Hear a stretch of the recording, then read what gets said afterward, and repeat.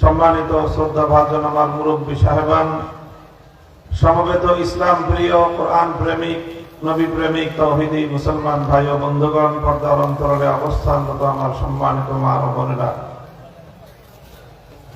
আল্লাহ পাকের অশেষ মেহেরবানি যে আল্লাহ রাব্বুল আলামিন আমাদেরকে এই দ্বীনের মুবারক মাহফিলে, কোরআনের জলসায় উপস্থিত হওয়ার, একত্রিত হওয়ার তৌফিক দান করেছেন। রব্বে করিমের বড়ই মেহেরবানি, আল্লাহ পাকের শুকরগুজারি আদায় করি আলহামদুলিল্লাহ। আলহামদুলিল্লাহ। যথেষ্ট রাত হয়েছে, এখন খুবই সংক্ষিপ্ত কিছু কথা আমি আপনাদের সম্মুখে আরজ করব। আপনারা যারা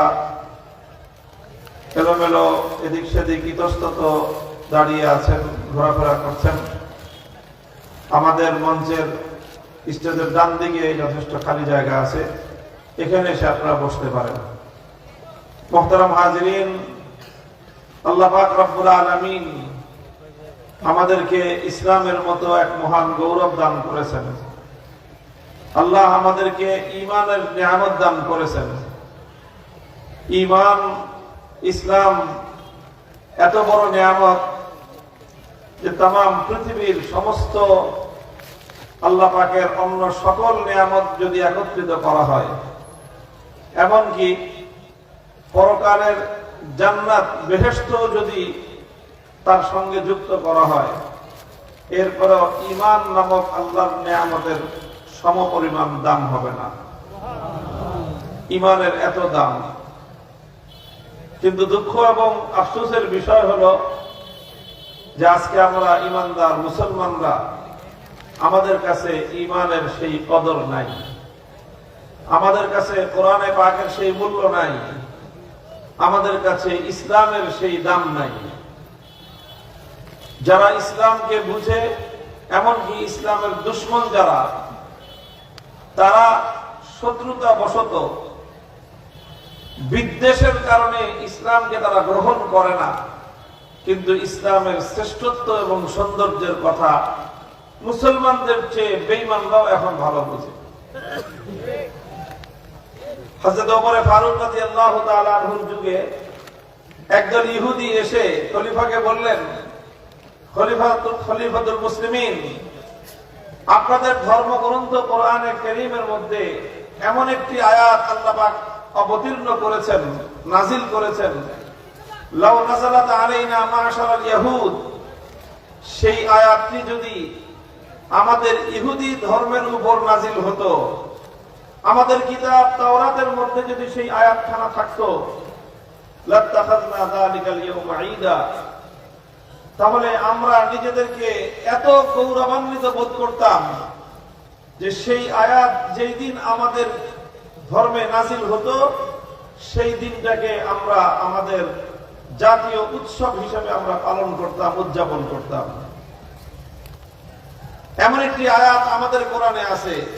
ইহুদিরা আফসোস করতেছে, আক্ষেপ করতেছে যে এমন একটি আয়াত তাদের কিতাবে নাই, খ্রিস্টানদের কিতাবে নাই, পৃথিবীর অন্য কোন ধর্মের মধ্যে এই বিষয়টা নাই, যেটা আল্লাহ পাক রব্বুল আলামিন ইসলামকে দান করেছেন, যেটা আল্লাহ পাক কোরআনে নাজিল করেছেন, যেটা আল্লাহ পাক মুসলমানদেরকে দিয়েছেন।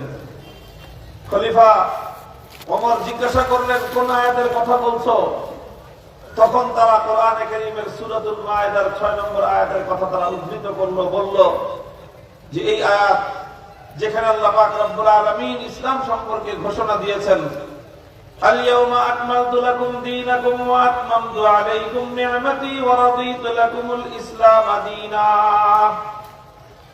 আল্লাহ বলেছেন, এটা হলো 10ম হিজরি সনের জিলহজ মাসের 9 তারিখ আমাদের নবী বিদায় হজে আরাফার ময়দানে জাবালে রহমতের উপর তিনি আরাফার উকুফ করতেছিলেন।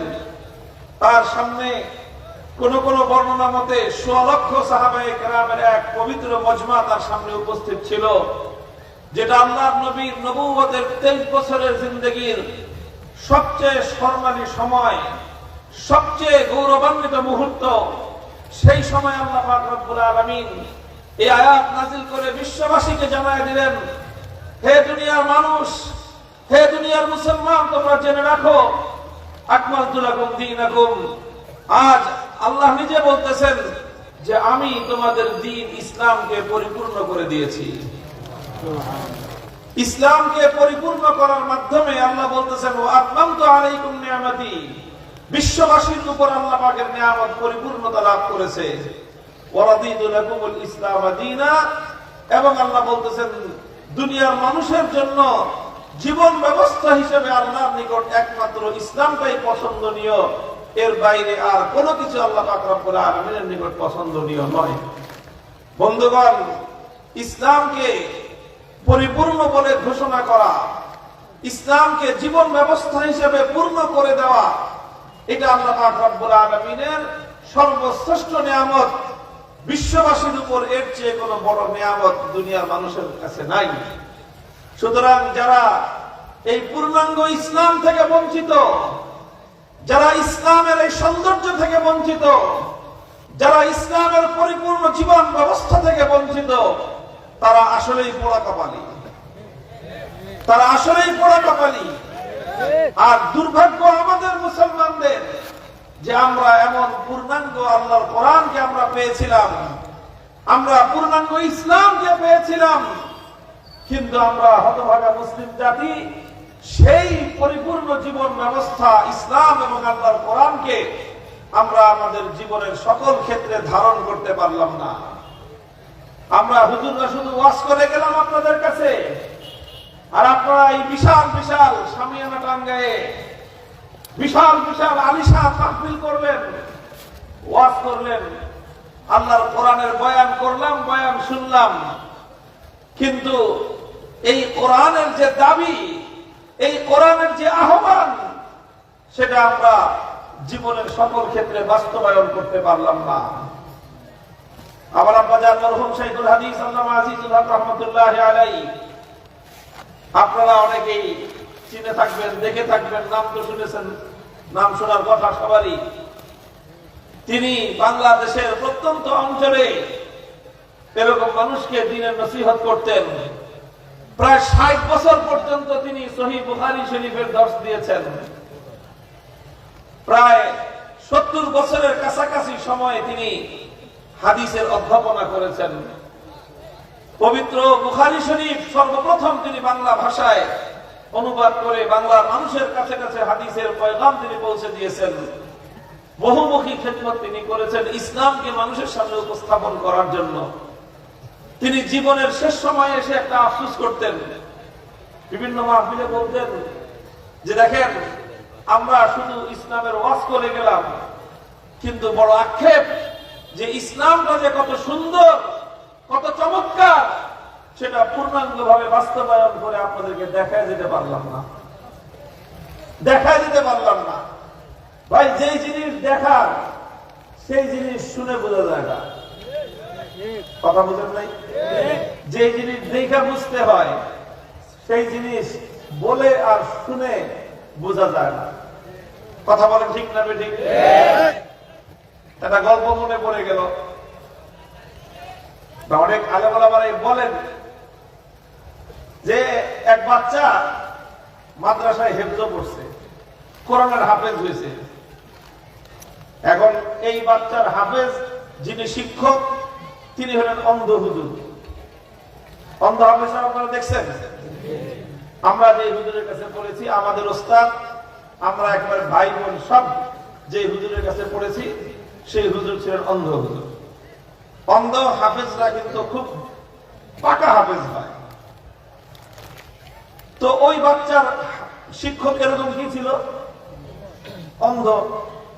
বাচ্চা হেফজ শেষ করেছে, বাচ্চার মা বাবার খুব তাদের শখ, তাদের খুব খুশি, আনন্দ যে তাদের ছেলে হাফেজে কোরআন হয়েছে। এখন এই খুশিতে বাচ্চার মায়ের তার হুজুরে দাওয়াত দিছে যে আজকে হুজুর দেয় রে, বাসায় একটু দাওয়াত খাওয়াবে, তার ছেলে হাফেজ হয়েছে। এখন হুজুর দাওয়াত থেকে আসছে। এখন হুজুর জিজ্ঞাসা করে বাচ্চারা, এই তোর মা কি পাকাইছে? তো সব কিছু বলে যে পোলাও কোরমা গোস্ত এই সেই পাকাইছে, আর কি পাকাইছে সর্বশেষ? সর্বশেষ পাকাইছে হলো পায়েস। আপনারা কি বলেন? পায়েসই তো বলেন না? জিজ্ঞাসা করে যে আরে পায়েস কি দিয়ে পাকায় রে? হুজুর বুঝেন না, পায়েস দুধ দিয়ে পাকায়, দুধ ঘন করে। দুধ কেমন জিনিস হুজুর বুঝেন না? দুধ হলো ফকফকা সাদা, এটা হলো দুধ। এখন হুজুর তো অন্ধ, হুজুর তো কোনোদিন দুধ দেখে নাই। ফকফকা সাদা কিরকম? হুজুর বুঝেন না, বগের মতো সাদা। কিসের মতো সাদা? বগের মতো সাদা। আর হুজুর তো কোনোদিন বগও দেখে নাই। বগটা কিরকম? হুজুরে কেমনে বগ বুঝাইবে বলেন? হাতে এরকম বাঁকা করছে, হুজুর বগ হলো এরকম। হুজুর হাত দিয়ে কয় যে এরকম হলো বগ, আর এই বগের মতো দুধ, সেই দুধ দিয়ে তোর মায়ের পায়েস পাকাইছে। এই দুধের পায়েস যদি আমি খাই, আমার গলার মধ্যে আটকে। বুঝতে পারছেন কথা? আপনারা বলেন তো দেখি, দুধ তো বগের মতো সাদা, এটা তো ঠিক আছে কথা, কিন্তু বগ যে বুঝাইছে আরে হাত দিয়ে, তো বগ কি আসলে হাত দিয়ে বোঝানোর জিনিস না চোখে দেখে বোঝার জিনিস? তো দুধ চোখে দেখে বোঝার জিনিস, পায়েস চোখে দেখে বোঝার জিনিস যে পায়েস দেখতে কেমন। কিন্তু এখন পায়েস যদি হাত দিয়ে ধরে বুঝতে হয়, তাহলে বগ বুঝবে, আর কোনোদিন তার কপালে পায়েস খাওয়া জুটবে না। আর হুজুর কয় যে এই পায়েস আমি খাবো না, এটা খাইলে আমার গলার মধ্যে পেটের মধ্যে আটকাবে, এটা আমি খাবো না। তো গল্প হয়েছে এরকম অবস্থা। শাইখুল হাদিস রহমতুল্লাহ আলাইহি বলতেন যে এখন রসগোল্লা কত স্বাদের জিনিস, সেটা মানুষকে ওয়াজ করে বুঝাইতে হয়। আচ্ছা বলেন, রসগোল্লা কি ওয়াজ করে বোঝানো যায়? ওয়াজ করলাম, একজন খুব দার্শনিক বক্তা 2 ঘন্টা ওয়াজ করলো রসগোল্লার উপরে। রসগোল্লা কিভাবে বানায়, রসগোল্লা কেমন জিনিস, রসগোল্লা খাইতে কেমন, রসগোল্লা দেখতে কেমন, পরিমাপে কেমন, এর পুষ্টিগুণ কেমন, বিরাট লম্বা লেকচার দিছে। আরেকজন রসগোল্লার উপর রচনা লিখছে, 30 পৃষ্ঠার রচনা। আর আপনি 30 পৃষ্ঠার রচনা শুনলেন আর 2 ঘন্টার লেকচার শুনলেন। রসগোল্লা বলতে রসগোল্লা কেমন জিনিস কতটুকু বুঝছেন বলেন তো? ঘোড়ার ডিম বুঝছেন? আরে ভাই, রসগোল্লা বোঝানোর জন্য তো 2 ঘন্টার লেকচারের দরকার নাই, 30 পৃষ্ঠার রচনার দরকার নাই। 15-20 টাকা দিয়ে একটা সুন্দর রসগোল্লা কিনে খাওয়ায় দেন, এর চেয়ে ভালো রসগোল্লা বুঝতে। আচ্ছা বলেন, রসগোল্লার স্বাদ এটা কি ওয়াজ শুনে বোঝার জিনিস? এটা কি লেকচার পড়ে বোঝার জিনিস? না এটা রচনা পড়ে বোঝার জিনিস? আরে ভাই, রসগোল্লার স্বাদ তো খেয়ে বোঝার জিনিস। আল্লাহ পাক রব্বুল আলামিন যে কোরআন আমাদের সামনে নাযিল করেছিলেন, যেই দ্বীন, যে ইসলাম আল্লাহ আমাদেরকে দিয়েছিলেন, সেই ইসলামের সৌন্দর্য বুঝতে হলে একটা ইসলামী সমাজ কায়েম করার প্রয়োজন ছিল, একটা আল কোরআনের রাত কায়েম করার প্রয়োজন ছিল। আজকে আমরা কোরআন শুধু তাফসীর শুনে বুঝতে চাই, শুধু কোরআন আমরা তাফসীর লিখে বোঝাতে চাই। আল কোরআন তো আল্লাহর পয়গম্বর বিশ্বনবী মুহাম্মদ আরবি সাল্লাল্লাহু আলাইহি ওয়াসাল্লাম প্র্যাকটিক্যাল নিজের জীবনে মদিনার সমাজ ব্যবস্থায় কায়েম করে বুঝিয়েছিলেন।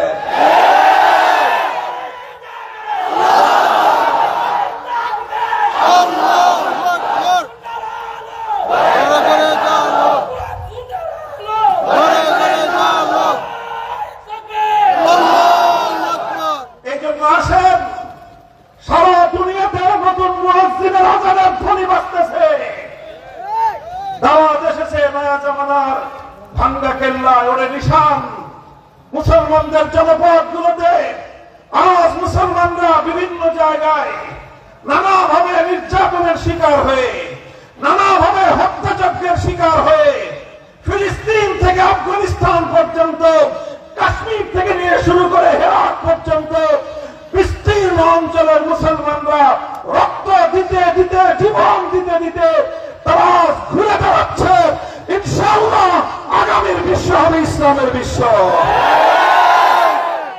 ইসলামের যেই বিজয়ের ধারা শুরু হয়েছে, ইসলামের যেই বিজয়ের অব্যাহত ধারা সূচনা হয়েছে, ইমারতে ইসলামিয়া প্রতিষ্ঠিত হয়েছে, যারা যারা মনে করত যে শুধু এই আধুনিক যুগে, বিজ্ঞানের উন্নতির যুগে ইসলামের সেই সোনালী শাসন ব্যবস্থা বাস্তবায়ন করা সম্ভব না, যারা মনে করত মোল্লারা সুন্দরভাবে সমাজ এবং রাষ্ট্র পরিচালনা করতে পারে না, সেই সকল মানুষদের চোখে আঙ্গুল দিয়ে দেখিয়ে দিয়েছে এক শ্রেণীর মোল্লা, যারা 20 বছর পর্যন্ত পৃথিবীর সুপার পাওয়ার আমেরিকা এবং নেটোর সঙ্গে যুদ্ধ করে ঝাঁটাপেটা করে নিজেদের দেশ থেকে বিদায় করে দিয়েছে।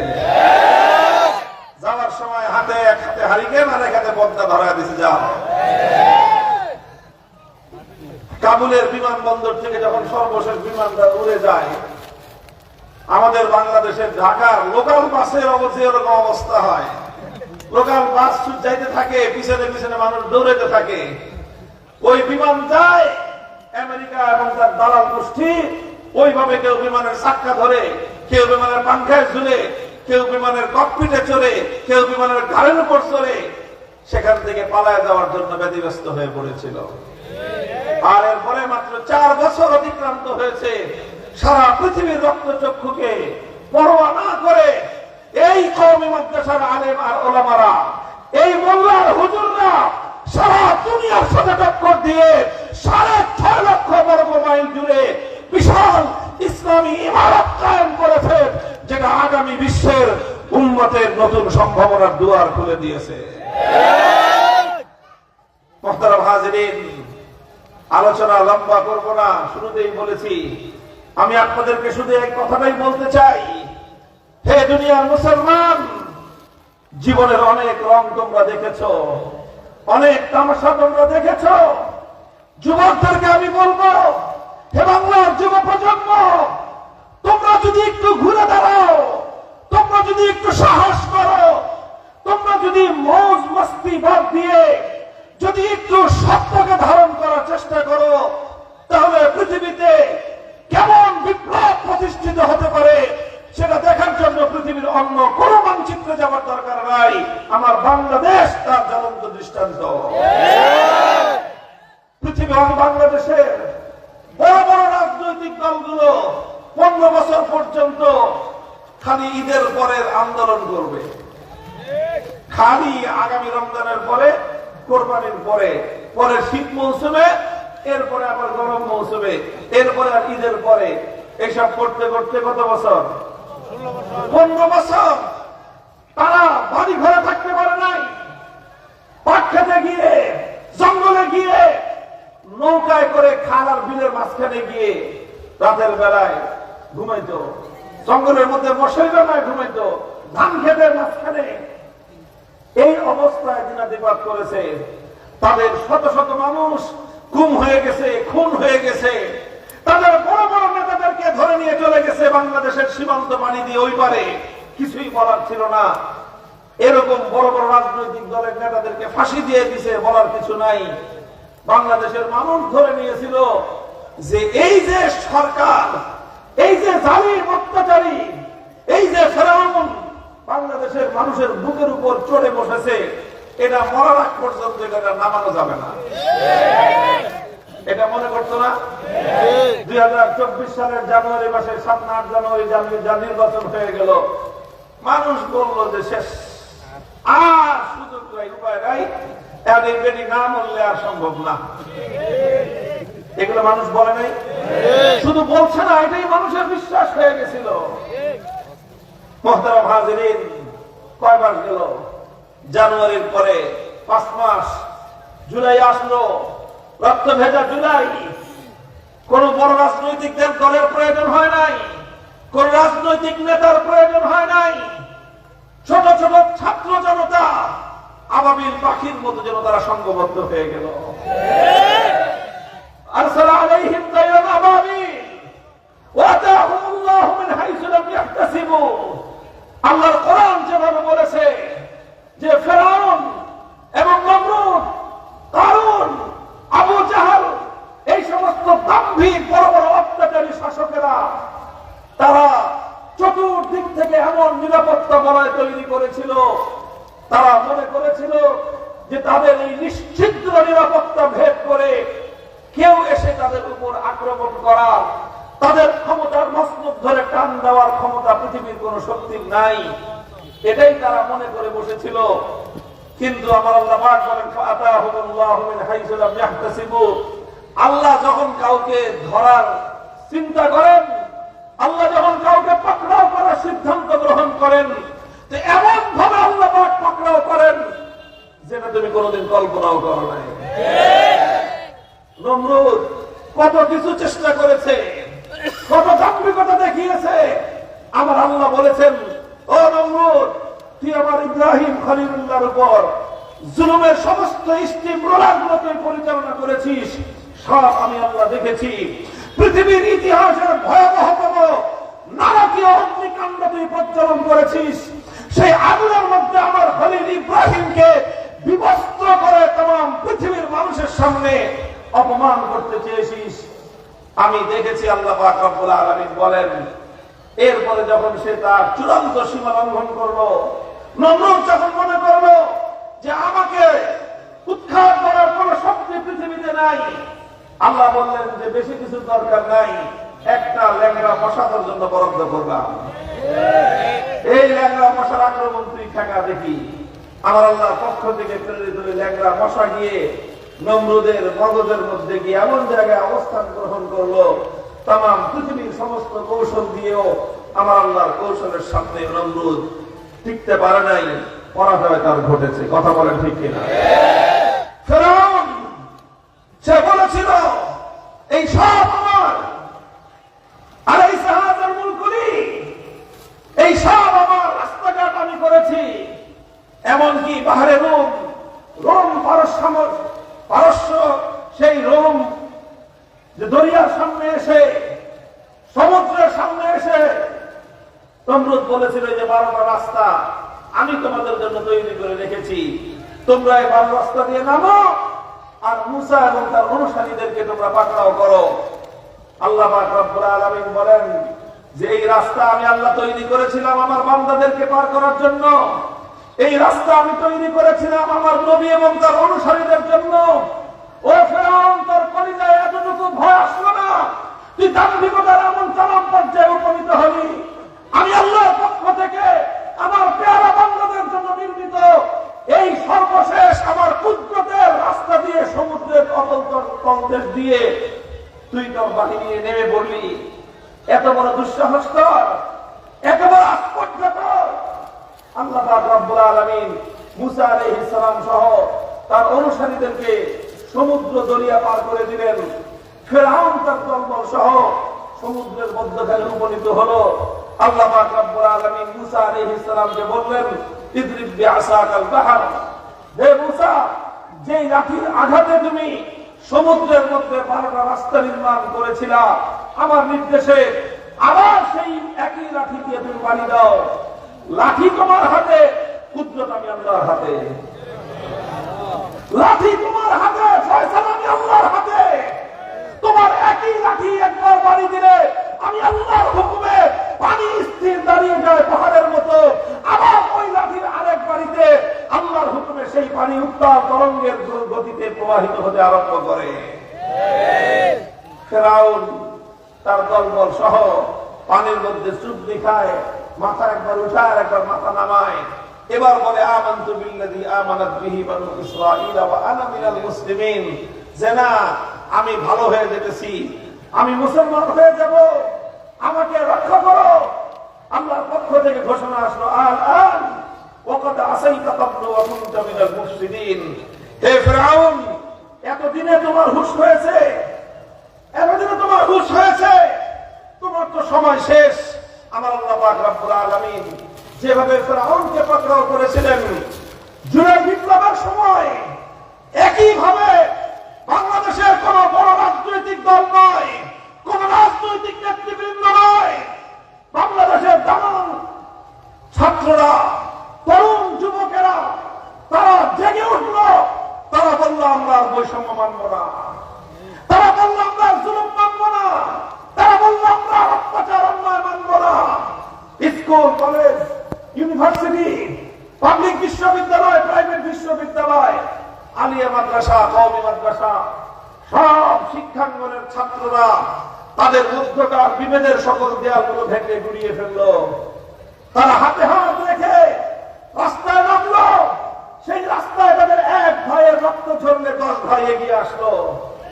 মোহতারাম হাজরিন, এমন একটা দাবি আর এমন একটা আবেগ নিয়ে তারা মাঠে নেমেছিল, যার মধ্যে তাদের ব্যক্তিগত কোনো স্বার্থ ছিল না। আপনারা জানেন, যখন এই বৈষম্য বিরোধী আন্দোলন হয়, কওমি মাদ্রাসার ছাত্রদের এখানে কোনো স্বার্থ ছিল না। কারণ সরকারি চাকরিতে কোটা থাকলেই কি আর কোটা না থাকলেই কি, মাদ্রাসার ছাত্ররা তো চাকরি পায় না, কোটার কি আছে? আর কথা বলে ঠিক না বেটি? কিন্তু আমাদের মাদ্রাসার ছাত্ররা পঙ্গপালের মতো রাস্তায় নামলো।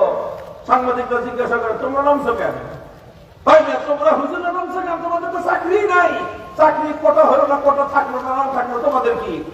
বলা যে আমরা চাকরির জন্য নামি নাই, আমরা দেখেছি আমার ভাই সেই স্কুলে পড়ুক, কলেজে পড়ুক, বিশ্ববিদ্যালয়ে পড়ুক, আমার ভাইয়ের বুকে যখন অন্যায়কারী, জুলুমকারী, অত্যাচারী যখন বুলেটের আঘাত আমার ভাইয়ের বুক ঝাঁঝরা করে দিয়েছে, আমরা আমার ভাইয়ের হত্যার প্রতিশোধ নিতে নেমেছি।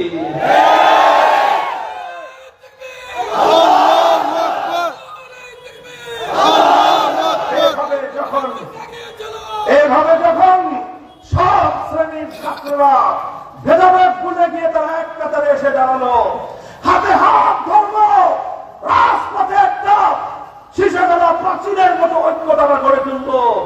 সেই সঙ্গে আরেকটা চিত্র যুক্ত হলো, তারা সংগ্রাম করছে, তাদের উপর কাঁদানে গ্যাস ছোড়া হচ্ছে, তাদের উপর বোম মারা হচ্ছে, বুলেট তাদের উপর সাউন্ড গ্রেনেড ছুড়ে মারা হচ্ছে। সাউন্ড গ্রেনেড, এইভাবে কাঁদানে গ্যাস ইত্যাদি ঝাঁজে রাজপথ ঝাঁঝরা, কখনো গুলি করে কারো বুক বিদীর্ণ করা হচ্ছে, সেই বুক থেকে রক্ত খুনে রাজপথ রঞ্জিত। যেই পথে তারা রক্ত দেয়, যেই পথে তারা মিছিলে মিছিলে, স্লোগানে স্লোগানে আকাশ বাতাস মুখরিত করে, যখনই নামাজের সময় হয়ে যায়, তখন ওই স্কুলের ছাত্র, কলেজ, ইউনিভার্সিটি অথবা মাদ্রাসার একটা ছাত্র, সে রাস্তার আইল্যান্ডের উপর দাঁড়িয়ে আল্লাহু আকবার আযানের ধ্বনিতে আকাশ বাতাস মুখরিত করে তোলে। আরেকজন ছাত্র ইমাম হয়ে যায়, কখনো মাদ্রাসার ছাত্র, কখনো কলেজের ছাত্র, কখনো ইউনিভার্সিটির ছাত্র। একজন ইমাম, বাকিরা রাজপথে তার পিছনে সারিবদ্ধ দাঁড়িয়ে নামাজের দাঁড়িয়ে আল্লাহর দরবারে সিজদায় লুটিয়ে পড়ে। সিজদা শেষ করে নামাজ শেষে ফরিয়াদের হাত যখন তারা আল্লাহর দরবারে উত্তোলন করে, এক একটা এই সকল কচিকাঁচা ছাত্রদের চোখ থেকে অশ্রু গড়িয়ে তাদের বুক ভেসে যায়।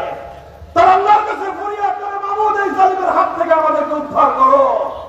আমি আপনাদের কাছে জিজ্ঞাসা করতে চাই, আমাদের এই সকল কচিকাঁচা ছাত্র ভাইদের, আমার এই সকল ছেলে মেয়েদের ফরিয়াদের জবাব আরশ থেকে আল্লাহ পাক রব্বুল আলামিন দিয়েছেন কি দেন নাই? আপনারা যারা মনে করেন শুধুমাত্র আন্দোলন আর বিপ্লবের মুখে এই পতন ঘটেছে, আমি বলি যে না, শুধু আন্দোলন আর বিপ্লবে ঘটে নাই। এটা এজন্যই তারা বিজয়ী হয়েছে জুলাই বিপ্লবে, এজন্যই জুলাই বিপ্লবের বিজয় হয়েছিল, কারণ এই বিপ্লবের মধ্যে আল্লাহর কাছে ফরিয়াদের হাত উত্তোলিত হয়েছিল। এই বিপ্লবের মধ্যে তরুণ ছাত্র জনতা চোখের অশ্রু ছেড়ে আল্লাহর কাছে সাহায্য কামনা করেছিল। এই বিপ্লবের যোদ্ধারা রাজপথে সিজদায় লুটিয়ে পড়ে আমার মালিক রব্বুল আলামিনের দরবারে সাহায্য কামনা করেছিল। যেই মুসলমান একদিকে বুকের রক্ত দেয়, আরেকদিকে খোদার কাছে ফরিয়াদের হাত উত্তোলন করে সাহায্য চায়, সেই মুসলিম যুবকদেরকে দাবায় রাখার কোন শক্তি পৃথিবীতে নাই।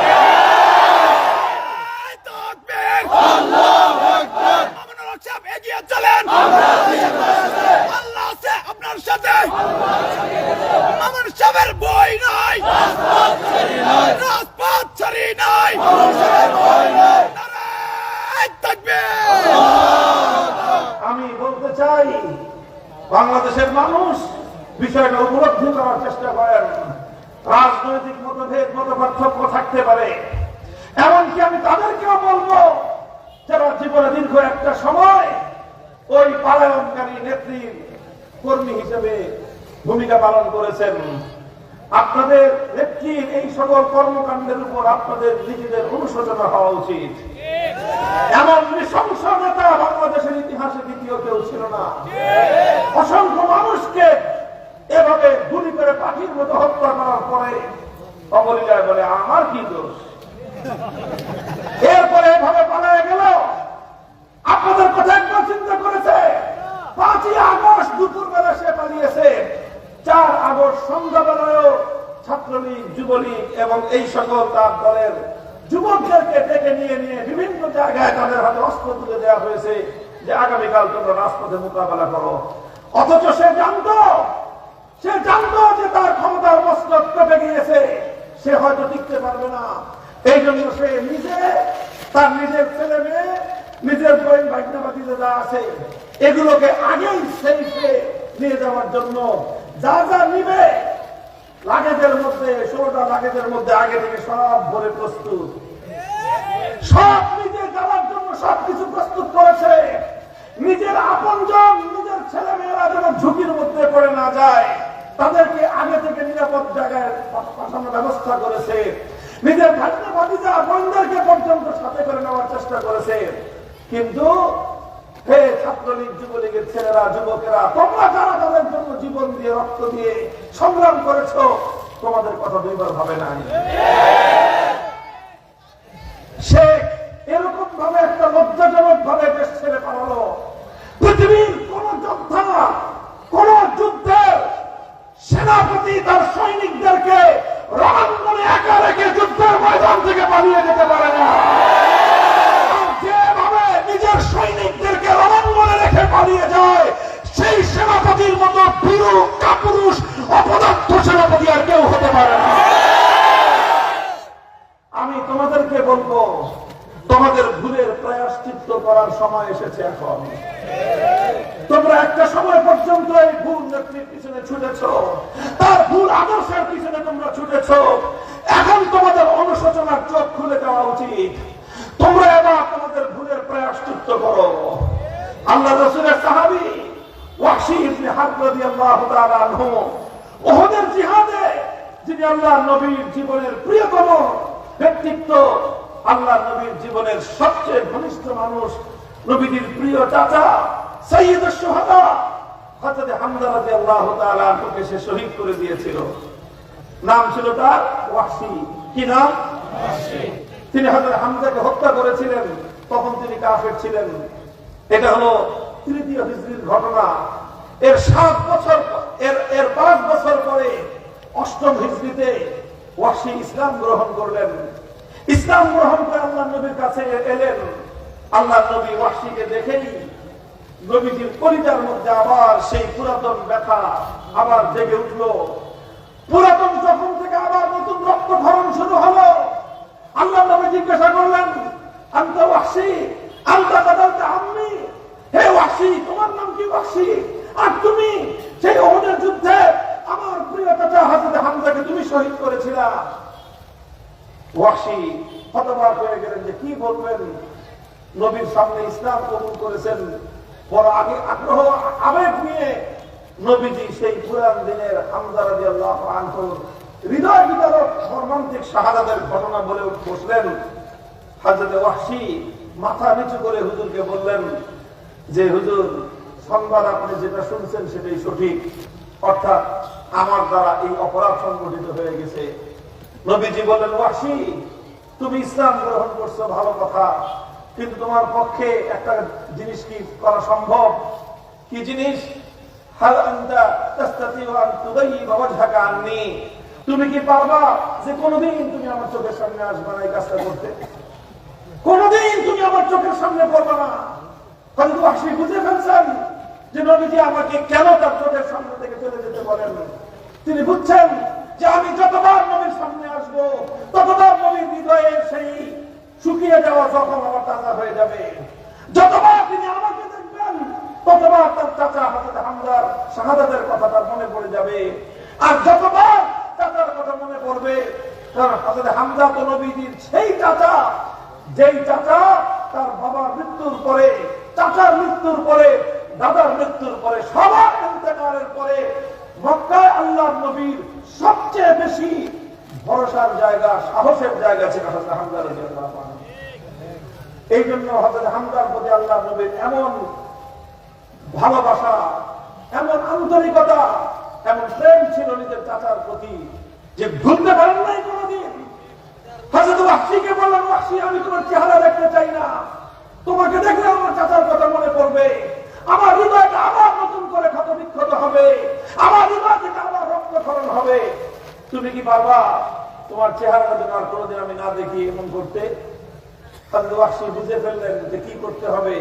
উনি বাস মদিনা থেকে চলে গেলেন, হিমসে চলে গেলেন।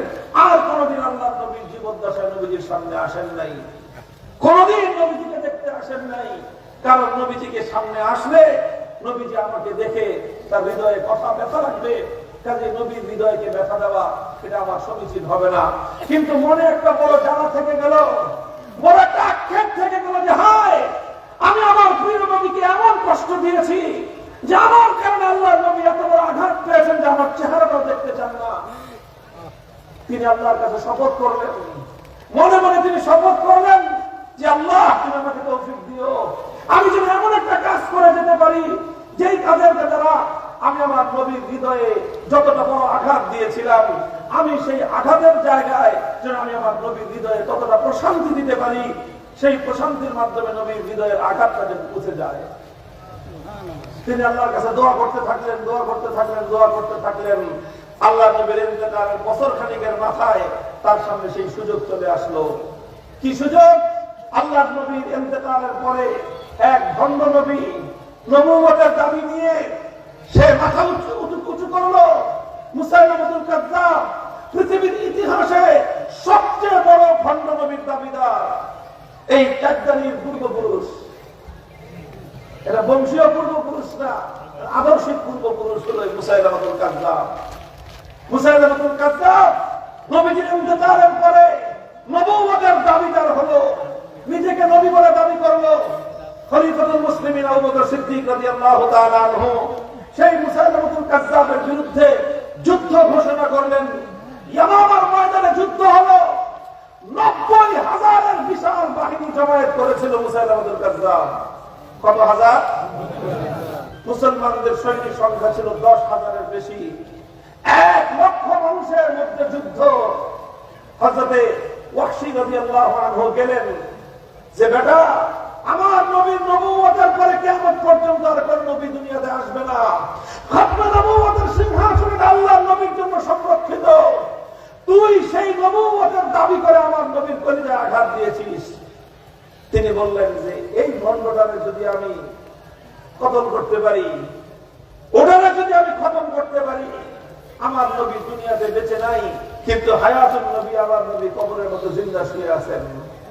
এই সংবাদ নবীর কাছে পৌঁছবে যে ওয়াহশী নবীর চাচাকে হত্যা করে যেভাবে নবীর হৃদয়ে আঘাত দিয়েছিল, সেই ওয়াহশী নবীর চরম দুশমন, ভণ্ড নবুয়তের দাবিদার মুসাইলামাতুল কাযযাবকে হত্যা করে নবীর হৃদয়ে প্রশান্তির প্রলেপ রেখে দিয়েছে। এই সংবাদ আল্লাহর নবীর কবরে পৌঁছবে, নবীজি আমার প্রতি সন্তুষ্ট হয়ে যাবে। এই কথা চিন্তা করে তিনি গেলেন যুদ্ধের রণাঙ্গনে এবং একটা বর্ষা বানালেন। আপনাকে বলেন টেটা বললাম, সেই ভয়াবহ এক বললাম তৈরি করে নিয়ে গেলেন। টার্গেট একটাই, মারবো তো মারবো, বর্ষা করবে, ছোটখাটো না, বড়টা টার্গেট করে তিনি গেলেন। আমার আল্লাহ পাক রব্বুল আলামিন কাছে দোয়া করলেন যে আল্লাহ, পরে আমার ভাগে বানাইও, অন্য সব কিনে অন্য সবাই ভাগে দিও। মুসাইলামাতুল কাযযাব বড় শয়তান, তুমি আমার ভাগে ফেলাইও। আমার জীবনে এরকম সুযোগ আর আসবে না। আমি আমার নবীর হৃদয়কে প্রশান্ত করতে চাই। বলেন, আল্লাহ কোন বান্দা যদি আল্লাহ পাক রব্বুল আলামিনের কাছে সঠিক অর্থে হৃদয় উজাড় করে যদি আমার রবের কাছে তার কোন বান্দা ফরিয়াদ জানায়, আল্লাহ সেই ফরিয়াদের দিকে কর্ণপাত করেন কি করেন না? বলেন, আল্লাহ করেন কি করেন না? উদউনি আস্তাজিব লাকুম, আমাকে ডাকো, আমাকে ডাকো, আমি তোমার সমস্যার সমাধান করে দিব। ওয়াহশী ইবনে হারব রাদিয়াল্লাহু আনহু তিনি বললেন যে রব্বুল আলামিন, দুনিয়াতে আমার আর কিছু চাওয়া পাওয়ার নাই, একটা জিনিসই চাই, আমি নবীর সবচেয়ে বড় দুশমনটাকে হত্যা করে নবীর হৃদয়কে প্রশান্ত করতে চাই। আল্লাহ বলেন, যা দিলাম তোর ভাগে মুসাইলামাতুল কাজ্জাবকে পাঠাও। 1 লক্ষ মানুষের মধ্যে 90,000 সেনাবাহিনীর দ্বারা পরিবেষ্টিত দুর্ভেদ্য দুর্গের মধ্যে সে দাঁড়ায় তার বাহিনীকে সে কমান্ড করতেছিল, মাঠে নামে নাই। কেল্লার দেয়ালের উপর দাঁড়ায়, একেবারে সংরক্ষিত অবস্থায় দাঁড়ায় মুসাইলামাতুল কাজ্জাব সেখানে দাঁড়ায় সে যুদ্ধ দেখতেছিল, কমান্ড করতেছিল, যাতে কেউ তার ধারে কাছে যেতে না পারে। হযরত ওয়াহশী রাদিয়াল্লাহু আনহু দূর থেকে টার্গেট করছেন, টার্গেট করে আস্তে আস্তে আস্তে আস্তে একেবারে যে কেল্লা, সেই কেল্লার পাঁচিলের সামনে চলে গেছেন, দেয়ালের সামনে চলে গিয়ে তারপরে আস্তে করে টার্গেট বানাইছেন বুকের উপর, বুকের দিকে টার্গেট করেছেন। এরপরে আল্লাহর নাম নিয়ে সেই বর্ষা টেটা এমন জোরে আঘাত করেছেন, সেই নিচের থেকে ছুড়ে মারা সেই বর্ষা গিয়ে মুসাইলামাতুল কাজ্জাবের বুকের ভিতর দিয়ে বিদ্ধ হয়ে পিঠের পিছন দিকে বের হয়ে গেছে, আর ওই উপর থেকে ধপাস করে মাটিতে পড়ছে। আল্লাহু আকবার। والذين جاهدوا فينا لنهدينهم سبلنا وإن الله لمع المحسنين। আরে ভাই, তুমি উঠো, চেষ্টা করো, চেষ্টা করো। হে যুবকেরা, যারা আপনাদের জীবনের একটা সময় অতিক্রম করে দিয়েছ কোন নেতার আদর্শ বাস্তবায়নের জন্য, হে আমার তরুণ প্রজন্ম, যারা জীবনকে বাজি লাগায় দিয়েছিল আব্রাহাম লিঙ্কনের গণতন্ত্র কায়েম করবার জন্য, অথবা কালমার মাওসেতুনের লেনিনের আদর্শ বাস্তবায়নের জন্য, হে আমার ওই সকল যুবকেরা, যারা তোমরা কেউ অমুক নেতার অমুক নেতার অমুক নেত্রীর আদর্শ বাস্তবায়নের জন্য জীবনের সোনার চেয়ে দামি সময়টুকু ব্যয় করেছিল, এবার তোমরা একবার শপথ করো, অবশিষ্ট জীবন দিব তো দিব, কোন মানুষের জন্য নয়। আমার জীবন, আমার যৌবন, আমার রক্ত, আমার হৃদয়ের স্পন্দন যাবে একমাত্র আল্লাহ দিনের জন্য, আল্লাহর কোরআনের রাস্তায়ন করবার জন্য।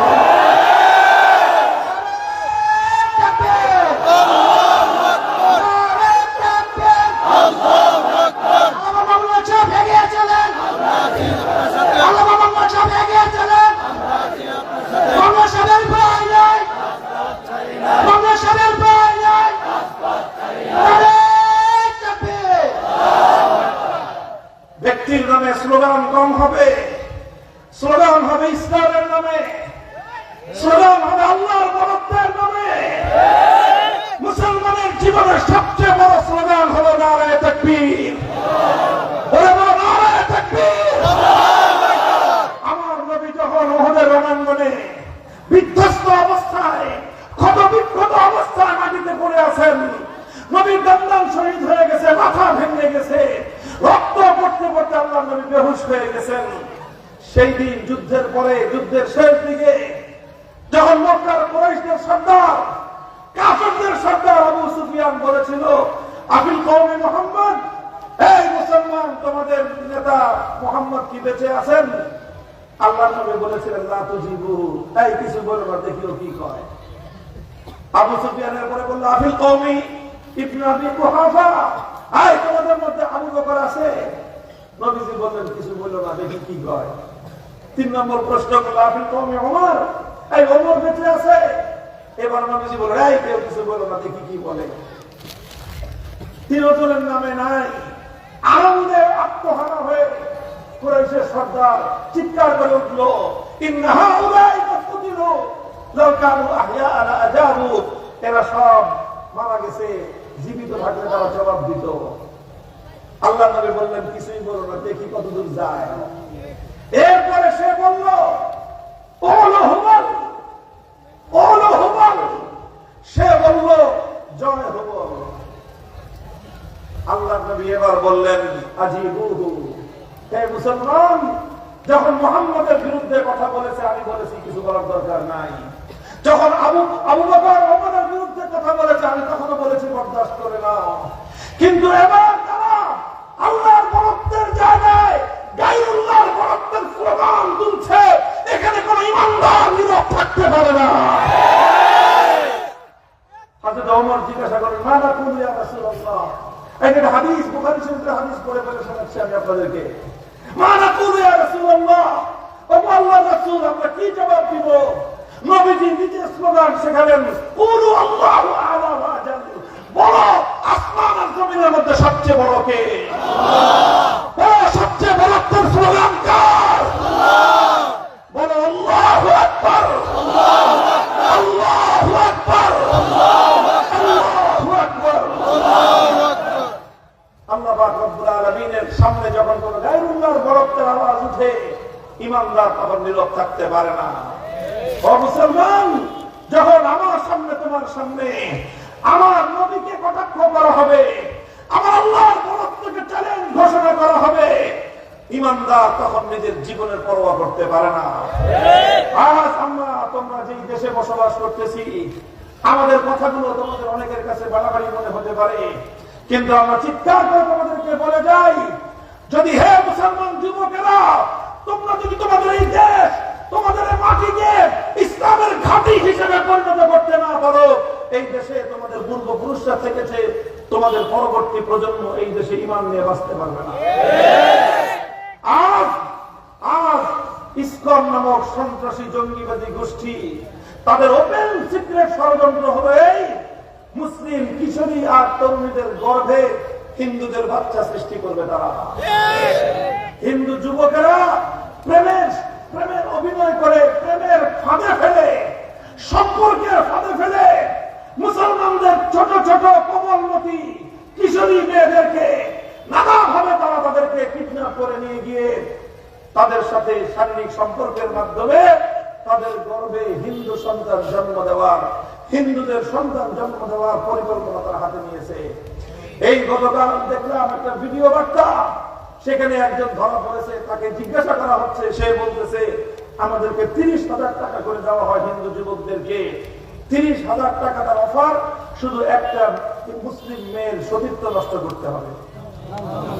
30,000 টাকা করে বর্তমান বাজারে যদি বলেন একটা বেকার যুবক, সে যদি মনে করছে, তাকে যদি বলা হয় যে একটা মুসলিম নারী, একটা মুসলিম কোমলমতি কিশোরী যুবতী মেয়ের সতীত্ব নষ্ট করবা, তার গর্ভের মধ্যে তোমার বীর্য দিয়ে দিবা, এতে তোমার 30,000 টাকা, তাহলে আর লাগে কিছু? বলেন, এই ষড়যন্ত্র চলতেছে আজকে বাংলাদেশে। আরে ভাই, এটা কাশ্মীরের কথা বলতেছি না, এটা ফিলিস্তিনের কথা বলতেছি না, এটা তোমার বাংলাদেশের কথা। আর কোথায় গেছো তোমরা এবং আমরা? ও মুসলিম যুবকেরা, যেই ভাইয়ের সামনে তার বোনের ইজ্জতের নিরাপত্তা নাই, যেই বাবার সামনে তার মেয়ের ইজ্জতের নিরাপত্তা নাই, যেই সন্তানের সামনে তার মায়ের ইজ্জত নিয়ে চিনিমিনি খেলা হয়, ওই বাপ ভাই আর ওই সন্তানের কচু গাছে গলায় দড়ি দেওয়া দরকার। তার বোনের ইজ্জত যদি তার সামনে নিরাপদ না থাকে, ভাই হয়ে বেঁচে থাকার কোন অধিকার তো থাকে না। আমার সামনে আমার মেয়ের যদি ইজ্জত নষ্ট হয়, বাপ হিসাবে পৃথিবীর মানুষের সামনে মুখ দেখানোর অধিকার আমার থাকে না। বলবেন করবো, কিন্তু করতে হবে একটাই, একটা কাজই করতে হবে, মুসলমানদের ঘরগুলোকে সংরক্ষণ করো, মুসলমানদের ছেলে মেয়েদেরকে ঈমান শেখাও, ঈমান শেখাও, ঘরে ঘরে মেয়েদেরকে বোঝাও ঈমানের দাম আছে। তোমরা এভাবে কোন মুসলিম নারীর জন্য কোন ভিন জাতীয় পুরুষের সাথে বিবাহ করা, বিবাহ বহির্ভূত অথবা বিবাহ বন্ধন সবটাই স্পষ্ট হারাম। কোন হিন্দু ছেলে কোন মুসলিম নারীকে বিয়ে করতে পারে না, এটা হারাম। কোন মুসলিম মেয়েকে কোন খ্রিস্টান, কোন ইহুদি, কোন বৌদ্ধ, কোন ভিন্ন ধর্মী কোন পুরুষ কোন মুসলিম নারীকে বিয়ে করতে পারে না, এটা স্পষ্ট আল্লাহর কোরআনের হারাম। নিজের মেয়েদেরকে, স্কুলের মেয়েদেরকে, কলেজের মেয়েদেরকে বোঝান, এগুলো বোঝান। আমরা তো চিৎকার করে ফেলে, আমরা হুজুরত গলা ফাটায় ফেলতেছি, আপনারা তো বলেন যে মামুনুল হক সাহেব এত চিৎকার করে কেন? আরে ভাই, চিৎকার করবো না তো কি করবো? আর তো কোনো উপায় খুঁজে পাই না। আমরা বলতেছি প্রাথমিক স্কুলে, প্রাইমারি স্কুলে আমাদের ছেলে মেয়েদেরকে, মুসলমান ছেলে মেয়েদেরকে আল্লাহ কোরআন শিক্ষার ব্যবস্থা করেন না। ওনারা মুসলমানদের সন্তানদেরকে প্রাইমারি স্কুলে কোরআন শিখাবে না, শিখাবে নাচ গান। বয়ান এগুলো এই দেশে বরদাস্ত হয়, সহ্য হয়। আর নাচ গান বাড়িতে বসে শিখা। জাতীয় শিক্ষা ব্যবস্থায় মুসলমানদের সন্তানরা কোরআন শিক্ষার ব্যবস্থা থাকবে না, ধর্ম শিক্ষার ব্যবস্থা থাকবে না, ক্লাস 5 পর্যন্ত কালেমা শিক্ষার ব্যবস্থা থাকবে না। এই শিক্ষার জন্য একজন শিক্ষক নিয়োগ দিতে পারো না, তোমাদের টাকা নাই, টাকা নাই, টাকা নাই। নাচ গানের নর্তকী শিক্ষা দেওয়ার জন্য, শিক্ষা দেওয়ার জন্য তোমরা তোমার ঢোলের পানি পড়ার আগে নাচতে শুরু করে দিয়ে সেই আইন পাস করে দিছো। ভাই, আমাদের এখন জেগে ওঠার সময় এসেছে। ভাই যুবকরা, তোমাদেরকে আমি বলি, যুবক, তোমাদের যৌবনের দাম সবচেয়ে বেশি আল্লাহর কাছে। তোমার নেতার কাছে যুবকের যেরকম দাম, আল্লাহর কাছে তার বান্দাদের মধ্যে যুবক বান্দার সবচেয়ে বেশি দাম। নেতারা যুবকদেরকে খুঁজে টাকা দিয়ে পারে, হে যুবক তুমি আসো, আল্লাহ দিনের পথে আসো, আল্লাহ তোমাকে জান্নাত দিয়ে খরিদ করবেন। বয়সের বিনিময়ে তোমার যৌবনকে আল্লাহ খরিদ করবেন।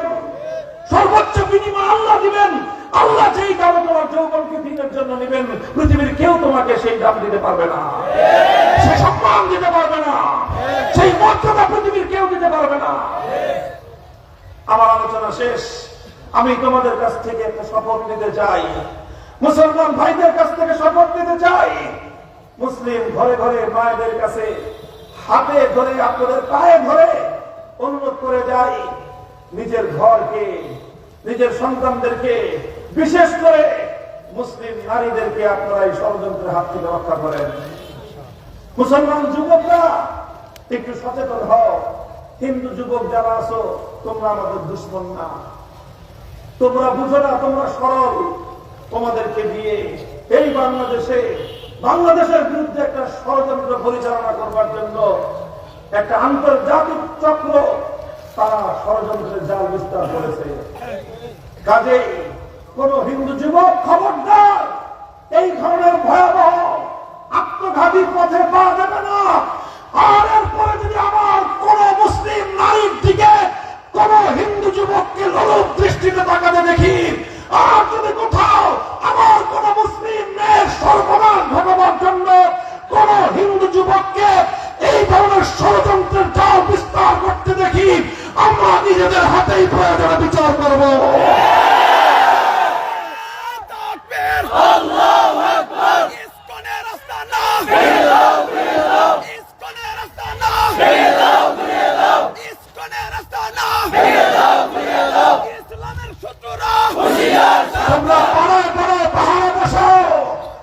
মুসলিম যুবকরা প্রত্যেকটি পাড়ায় পাড়ায় পাহাড়ে বসো। তোমরা লক্ষ্য করবা, মুসলমানদের মেয়েদেরকে তোমরা চিনো, হিন্দু যুবকদেরকেও তোমরা চিনো। কোন হিন্দু যুবকের সাথে কোন মুসলিম মেয়েকে রাস্তাঘাটে কোথাও দেখা গেলে সেই মেয়েকে ধরে তার গার্জিয়ানের কাছে হস্তান্তর করো এবং সামাজিকভাবে তার বিচারের ব্যবস্থা করবা। আমরা দেখে, চোখে দেখে, আমরা নিজেদের চোখের সামনে আমাদের মাতৃজাতির কলঙ্ক বরদাস্ত করতে পারবো না। চূড়ান্ত সমাধান আমাদের এই চিৎকার, আমাদের এই আর্তনাদ, এটা অন্য কেউ এটার চূড়ান্ত সমাধান করে দিবে না। এর চূড়ান্ত সমাধান আমরা যারা ইসলামকে ভালোবাসি, আমাদের নিজেদের হাতেই দায়িত্ব তুলে নিতে হবে।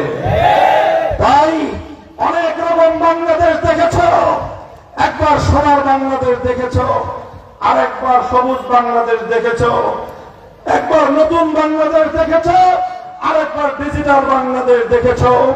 এবার আমরা একটা নতুন বাংলাদেশ করতে চাই, নতুন বাংলাদেশ দেখতে চাই। আর সে বাংলাদেশ হলো ইসলামের বাংলাদেশ।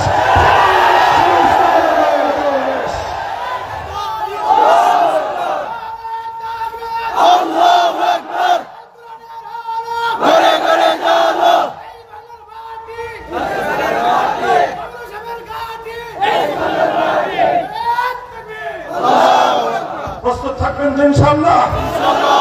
আল্লাহ পাক কবুল করেন। ওই ব্যক্তির জীবন সবচেয়ে মূল্যবান যার জীবন আল্লাহর দ্বীনের কাজে লেগে গেল। ওই যৌবনের মূল্য সবচেয়ে বেশি যে যুবকের যৌবন আল্লাহর দ্বীনের জন্য কাজে লেগে গেল। আল্লাহ পাক রব্বুল ইজ্জত আমাদেরকে কবুল করেন। আমাদের জান মাল, আমাদের জীবন যৌবন সব কিছু আল্লাহ তার দিনের জন্য কবুল ফরমান। ওয়া আখিরু দাওয়ানা আলহামদুলিল্লাহি রাব্বিল আলামিন। সুবহানাল্লাহি ওয়া বিহামদিহি সুবহানাল্লাহিল আযীম। সুবহানাল্লাহি ওয়া বিহামদিহি আযীম।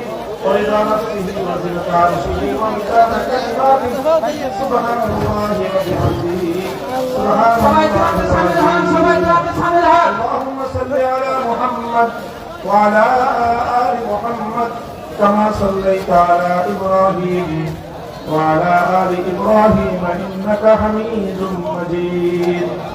إله العالمين رب العالمين الله প্রত্যন্ত প্রান্তিক এলাকায় রাত গভীরে হাজার হাজার মানুষ নিয়ে আল্লাহ আমরা আপনার দিনের কথাগুলো আলোচনা করে আল্লাহ আপনার বরত্বের স্লোগান তুলে আল্লাহ আপনার শাহী দরবারে ভিক্ষার হাত প্রসার করে দিয়েছি মাওলা। আমাদের এই হাতগুলোকে আপনি কবুল এবং মঞ্জুর ফরমান। আল্লাহ আজকের এই মাহফিলকে আপনি কবুল করুন। আমাদের জিন্দগির तमाम গুনাহগুলোকে মাফ করে দিন। আল্লাহ আমাদের এই দেশের প্রতি ইঞ্চি মাটিকে আপনি ইসলামের ঘাঁটি হিসেবে কবুল করুন। আল্লাহ বিশেষ করে আমাদের যুব সমাজকে আপনি আপনার দ্বীনের পথে ধাবিত করুন। আল্লাহ এই যুবকদেরকে আপনি ইসলামের প্রেম মহব্বত এবং ভালোবাসা আরো বেশি বেশি করে দান করুন। ইলাহুল আলামিন উম্মতের বিরুদ্ধে পরিচালিত সকল ষড়যন্ত্রের জালকে আপনি ছিন্ন করে দিন। ইলাহুল আলামিন আমাদের ঘরগুলোতে যারা অসুস্থ আছে সেবা দান করুন। আল্লাহ যারা বিপদগ্রস্ত আছে বিপদ দূর করে দিন। আল্লাহ মাফ করে ইন্তজাম যারা করেছেন তাদের সকল উত্তম বিনিময় দান করুন। দেশ এবং প্রবাস থেকে যারা সহযোগিতা করেছেন আল্লাহ তাদের সহযোগিতাকে কবুল করে নিয়ামাল বাদাল নসিব ফরমান। আল্লাহ আমাদের দোয়াকে আপনি কবুল করে নিন। ইলাহুল আলামিন রব্বুল আলামিন আল্লাহ যেভাবে চললে বললে করলে আপনি খুশি হন আমাদের জীবনকে সেই পথে পরিচালিত করার তৌফিক ইনায়াত ফরমান। রব্বানা ইগফির লানা ওয়া লিওয়ালিদাইনা ওয়া লিল মুমিনিনা ইয়াওমা ইয়াকুমুল হিসাব। রব্বানা হাব লানা মিন আজওয়াজিনা ওয়া যুররিয়্যাতিনা কুররাতা আ'য়ুন ওয়াজ'আলনা লিল মুত্তাকিনা ইমামা। ওয়া সাল্লাল্লাহু তাআলা আলা খায়রি খালকিহি মুহাম্মদ ওয়া আলা আলিহি ওয়া আসহাবিহি আজমাইন। سبحان ربك رب العزة عما يصفون وسلام على المرسلين والحمد لله رب العالمين.